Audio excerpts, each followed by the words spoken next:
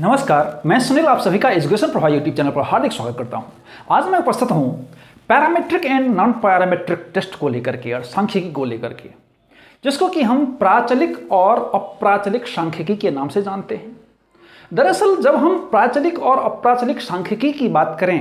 अर्थात parametric and non parametric test की बात करें, स्टैटिस्टिक्स की बात करें, तो उसमें जब विशेषज्ञों का मत होता है तो विशेषज्ञों ने कुछ मत दिया है कि हम उसको अर्थात पैरामेट्रिक एंड नॉन पैरामेट्रिक को कुछ विशेषताओं के आधार पर हम इसको डिवीजन करते हैं, इसको हम डिवाइड करते हैं, इसको हम बंटवारा करते हैं।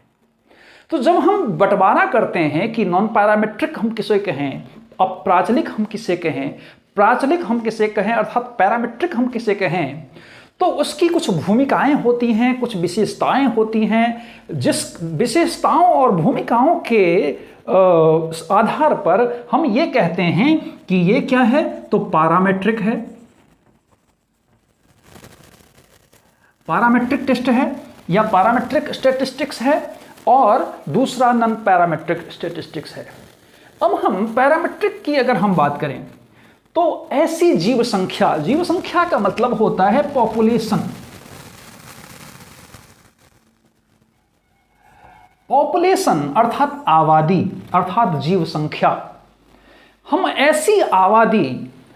आबादी से मतलब पॉपुलेशन से जब भी हम न्यादर्स का चयन करने लगते हैं, तो जब भी हम पॉपुलेशन से न्यादर्स का चयन करने लगते हैं तो हमें कुछ विशेषताओं का अवश्य ही ख्याल रखना पड़ता है।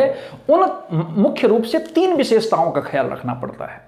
तो जब हमें मुख्य रूप से 3 विशेषताओं का ख्याल रखना पड़ता है तो भैया ये पहली विशेषताएं कौन सी हैं? तो पहली विशेषताएं जो होती हैं, जिसका कि हमें सबसे पहले ख्याल रखना होता है, वो प्रेक्षण अर्थात ऑब्जर्वेशन हमें सबसे पहले ख्याल रखना पड़ता है कि हम जिस भी पॉपुलेशन से न्यादर्स का चयन कर रहे हैं प्राचलिक सांख्यिकी के बारे में, तो हमें ऐसा प्रेक्षण अर्थात ऐसा ऑब्जर्वेशन करना चाहिए जो कि क्या हो, तो निष्पक्ष हो। यह बहुत ही ज्यादा प्रमुख है,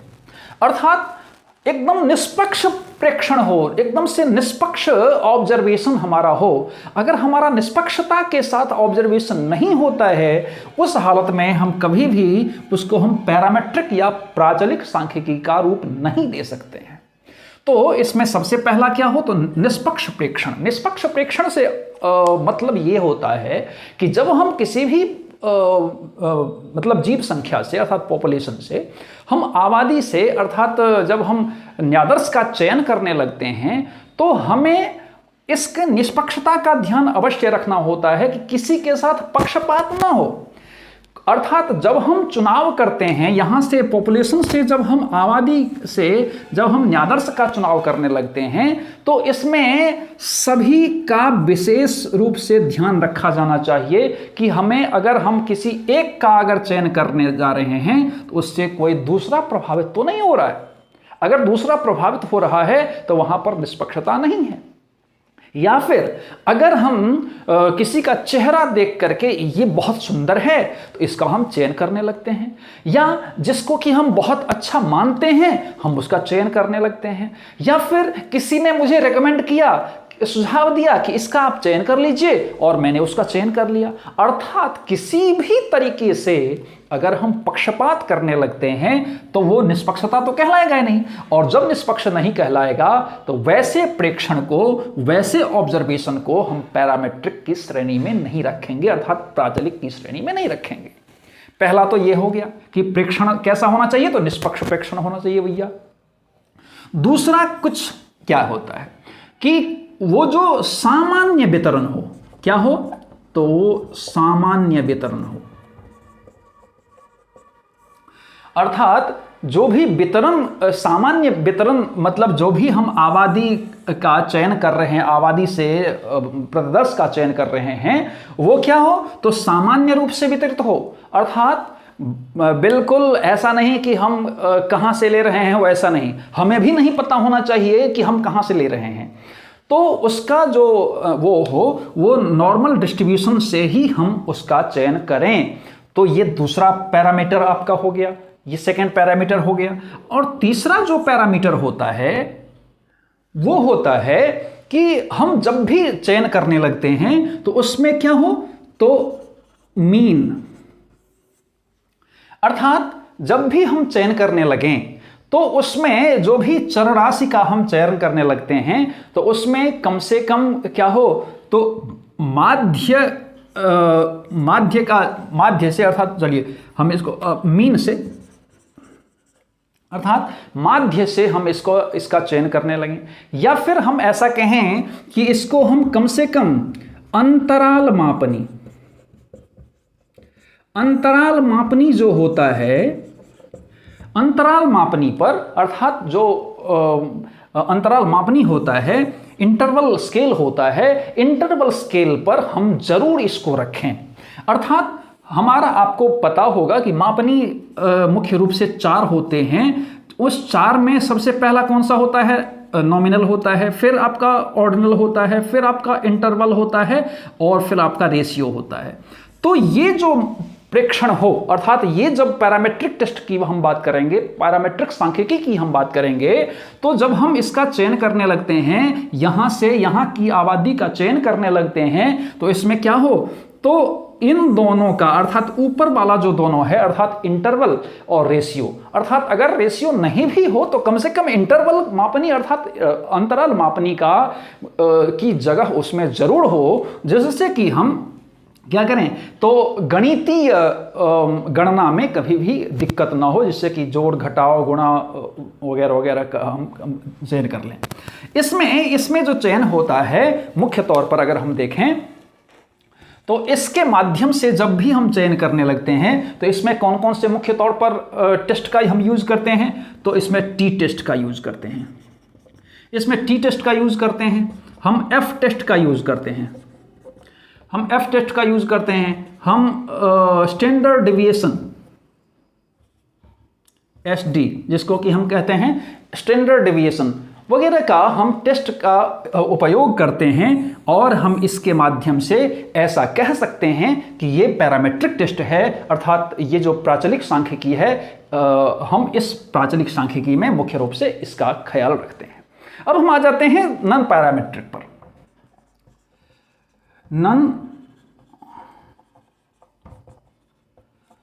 अब नॉन पैरामेट्रिक जो टेस्ट होता है, जिस प्रकार से आपने देखा कि पैरामेट्रिक अर्थात प्राचलिक सांख्यिकी में हमने कुछ शर्तों का ख्याल रखा है,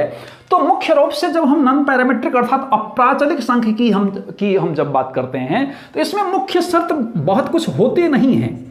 जो शर्तें होती हैं वो बहुत कुछ शर्तें नहीं होती हैं, लेकिन बहुत शर्तें नहीं होती हैं इसका मतलब ये भी नहीं है कि कोई भी शर्तें नहीं होती हैं भैया। तो कुछ शर्तें तो होती हैं, लेकिन बहुत कुछ का ख्याल रखना नहीं पड़ता है, जिसमें कि इसमें स्ट्रिक्टली था कि आप एकदम से निष्पक्षता के साथ प्रेक्षण करें, इसमें क्या था कि आप सामान्य रूप से वितरण का प्रयोग करें, इसमें क्या था कि आप मुख्य रूप से माध्य का प्रयोग करें या अंतराल मापनी का ही प्रयोग करें। लेकिन ऐसा इसमें बहुत मैक्सिमम शर्तें नहीं होती हैं, लेकिन ऐसा तो होता ही है कि भैया जब भी हम करें तो कुछ न कुछ शर्तों का ख्याल अवश्य रखें। ऐसा होता है जैसे कि इसमें भी आप जब वितरण करने लगते हैं तो इसमें भी कुछ निरंतरताओं का ख्याल हम रखते हैं, निरंतरता का ख्याल रखते हैं। मतलब जब भी हम प्रेक्षण करने जाते हैं तो इसमें निरंतरता का ख्याल रखते हैं, कंटिन्यूटी का ख्याल रखते हैं। फिर मुख्य रूप से इसमें क्या होता है कि जब भी हम इसमें चयन करने जाते हैं, इस अर्थात पॉपुलेशन से हम जब यहाँ पर न्यादर्स का चयन करने जाते हैं, चरराशियों का चयन करने जाते हैं, तो हम क्या करते हैं, तो मुख्य रूप से इसमें जिस प्रकार से इसमें हमने मीन का ख्याल रखा था, हम इसमें मीडियन का ख्याल रखते हैं, अर्थात माध्यिका का ख्याल रखते हैं, माध्यिका का, तो माध्यिका का ख्याल रखते हैं। और हाँ, इसमें बहुत कुछ शर्तें न होने के कारण, बहुत शर्तें नहीं होने के कारण इसको हम क्या कहते हैं, मुक्त वितरण सांख्यिकी, मुक्त वितरण सांख्यिकी। अब देखिए यहां पर सामान्य वितरण था, यहां पर मुक्त वितरण है, अर्थात यहां पर नॉर्मल डिस्ट्रीब्यूशन था कि भैया जैसा भी होना चाहिए वितरण बिल्कुल सामान्य रूप से होने चाहिए, लेकिन इसमें कुछ ऐसा फंडा नहीं है, ऐसा कोई शर्त नहीं है जिसके कारण से हम इसको वितरण से मुक्त कर देते हैं। अर्थात वितरण युक्त नहीं, वितरण युक्त इसमें था, वितरण मुक्त कर देते हैं, अर्थात बहुत कुछ शर्तों का ख्याल इसमें नहीं रखा जाता है। फिर इसमें जो जिस प्रकार से हम मीडियन का यहां पर ख्याल रखे थे उस प्रकार से इसमें हम कह सकते हैं कि इसमें हम करते हैं कि नामित और क्रमिक का यहां पर ख्याल रखते हैं। जिस प्रकार से यहां पर आपने देखा कि यहां पर हम क्या करते थे कि अंतराल मापनी का एटलिस्ट प्रयोग करते हैं, ख्याल रखते हैं, ठीक उसी प्रकार से यहां पर हमने क्या बताया कि मापनी के जो प्रकार हैं उसमें ऊपरी भाग का प्रकार का हम प्रयोग करते हैं। इसमें एटलिस्ट जो निचले भाग हैं अर्थात जो नामित क्रम है या फिर जो क्रमिक क्रम है अर्थात ऑर्डिनल और नॉमिनल, इसका हम ख्याल अवश्य रखते हैं। फिर इसमें जो जैसे कि मैंने बताया यहां पर कि इसमें मीडियन का प्रयोग होता है। इसमें फिर आपका कौन सा होता है, फिर परसेंटाइल, इसमें परसेंटाइल अर्थात शततमक का प्रयोग होता है। इसमें आपका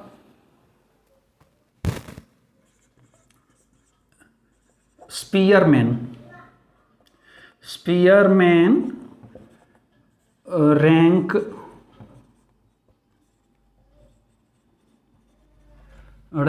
difference method, Spearman rank difference. फिर इसमें केंडाल का जो रैंक डिफरेंस मेथड है उसका भी हम प्रयोग करते हैं। फिर मान